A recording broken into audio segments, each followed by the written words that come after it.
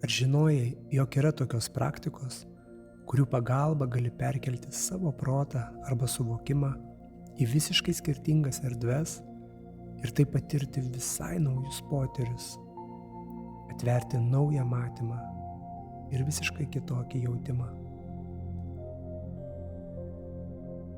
Gali keliauti po skruzdėlyną kaip skruzdė. Taip patiriamas įdomus jausmas visame kūne. Ilgiau pabuvus tokiame suvokime, gali labai daug iš jų išmokti. Gali išmokti tekėti kaip vanduo ir pajausti, kaip gera tiesiog tekėti, atsimušti į krantines, neturėti nei pradžios, nei pabaigos. Sunku nusakyti žodžiais, kokia tai nuostabi būsena. O būnant medžiu, vėjo pučiamam, gali pajausti begalinį ryšį su žeme, visa augmenija. Tai gydantis jausmas, grąžinantis į visišką ryšį su visa kas gyva. Ir tai tikrai realu. Ar mėginai kada vaikščioti ne tarp gėlių, bet po gėlės žiedą? Vau, tai tikras nuostabus pasaulis. O ar teko vaikščioti ant debesų? Jei įprastai, tai neįmanoma.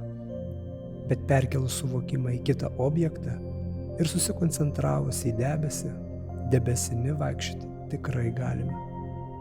Jausmas labai keistas.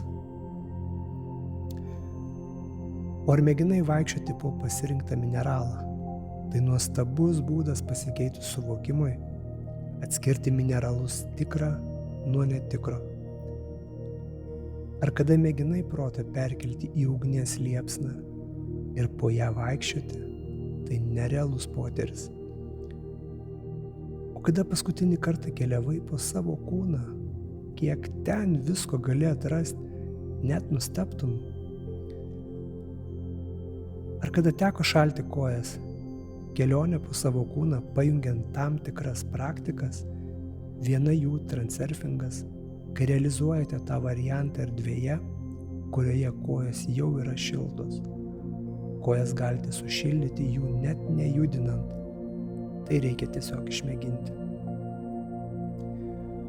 Ar teko kada masažuoti smegenis jų neliečiant? Oi, nuostabi praktika. Puikia profilaktika prieš demencijas ir insultus.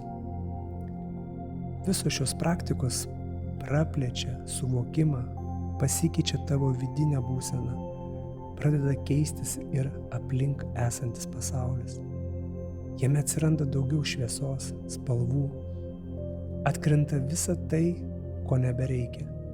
Ir atsiranda tai, kas veda ir palaiko ramybėje, meilėje, begalinėme lengvume ir dėkingume visa kam.